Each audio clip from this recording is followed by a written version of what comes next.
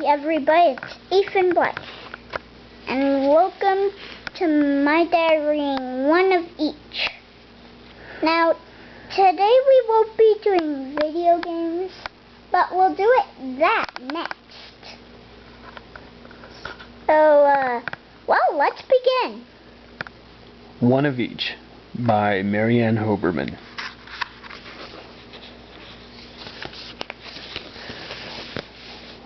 One of each. Oliver Tolliver lived all alone in a little old tumble-down house of his own. It had one little window and one little door. And one little carpet that covered the floor. It had one little table and one little chair and one little closet and one little stair. Sorry. It's okay. And one little bedroom and one little bed with one little pillow under his head. Oh, I'm sorry, for under his head. And one little blanket and one little sheet and one little bottle to warm up his feet. That's funny. Yeah, all of this funny. Guys. In the one little kitchen was one little sink and one little cupboard all shiny and pink. And now move over to the cupboard close-up part. Okay. And inside the cupboard, one pear and one peach, one plum and one apple, just one of each. One plum and one apple, one pear and one peach, just one, only one, simply one of each. There was one little clock that went tick-tock, tock-tick, over one little fireplace built out of brick.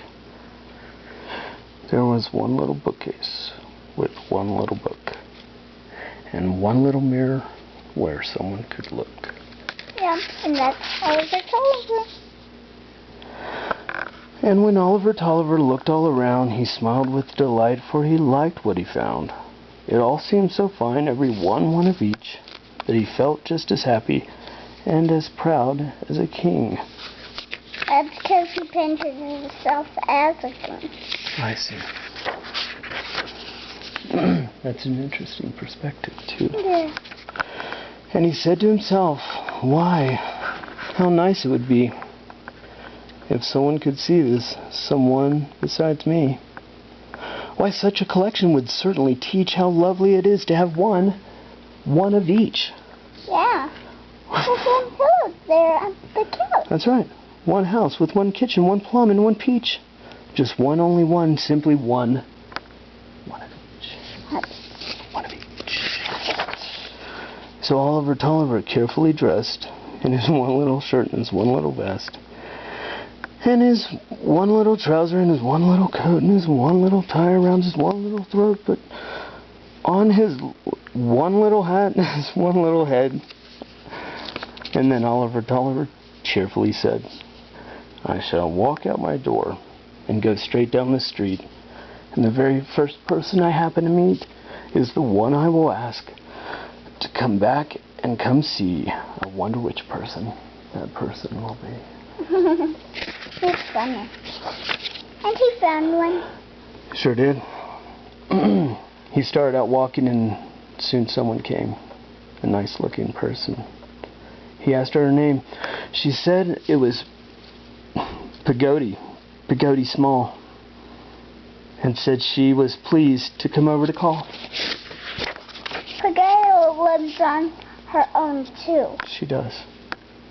He showed her his stove, and his one little sink, his one little cupboard all shiny and pink, his chair and his table, his bureau and bed, and his one little pillow for under his head. And each time he showed her, excuse me, her one of each treasure, he looked for a sign. Oh, sorry. He looked for a sign of enjoyment or pleasure. But all she did was repeat the same speech, just one, only one, simply one of each. Why only one apple? Why only one peach? Why only one, simply one, only one of each? Oliver Tolliver tried to explain. He said that the reason was perfectly plain. If everything fit from the roof to the floor, and each thing was perfect, why bother with more? Why bother with more? We have more. We have more. Of everything. But Pagodi answered, I cannot agree. It may be for you, but it isn't for me. Wait, did we skip something here? Let me just double check. Okay. But Pagodi answered, I cannot agree. It may be for you, but it isn't for me. There's one chair to sit in, and one plate to eat on, and only one footstool to prop up your feet on? Dude.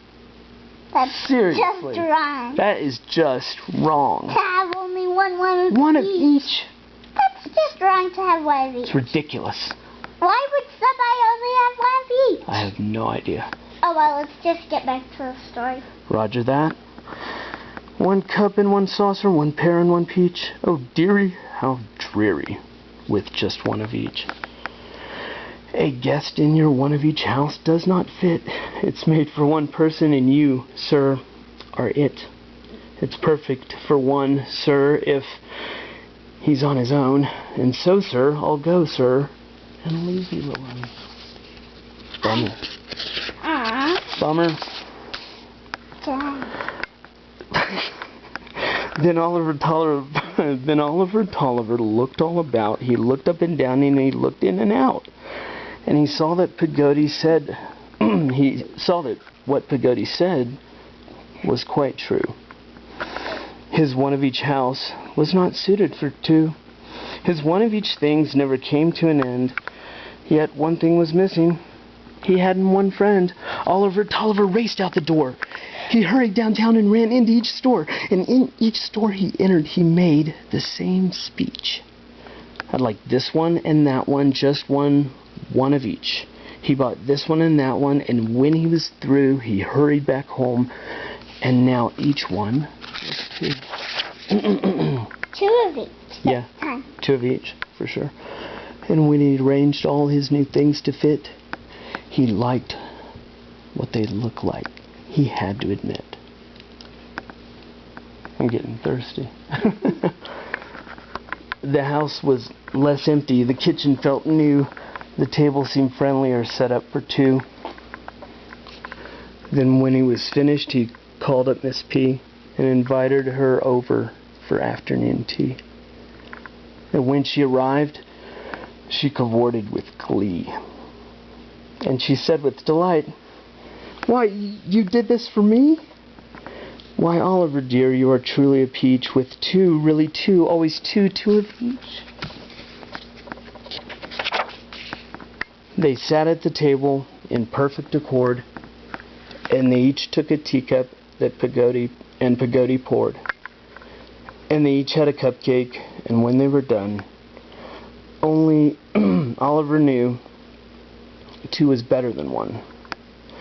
Jolly and friendly, more cheerful. Now more it is fun. fit for two. Now it's fit for two. Uh-oh, but he's gonna have more guests. Seriously.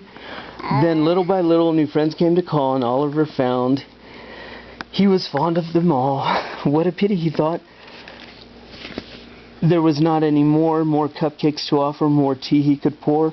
Then he had an idea as he opened the door, an idea that he never had thought of before.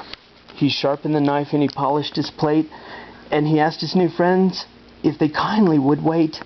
Then he went to the cupboard, and in he did reach, and took out his fruit. There were two, now two of each. There were now two of each, sorry. But then he sliced them all up for everybody to share. That's right. And he carefully cut them, each plum, peach, and pear. And he passed around the plate so they all had to share. Apple. That's right. That's right. Where's the dang apple, huh? I guess there is no apples. I guess not, huh? Yeah. And he found as he nibbled the peach, pear, and plum that they all tasted better when each one had some. And that even though each person's piece might be small, eating with friends was the best thing of all. And by sharing his pieces of plum, pear, and peach, each one could have one, still one, one of each. On the fruit. though. Because they each got one. Yeah. Okay. The end. Well, see you guys next time on our next story. And next time my days are gonna be reading again, right, Jay? Sure. Oh. Well, and we're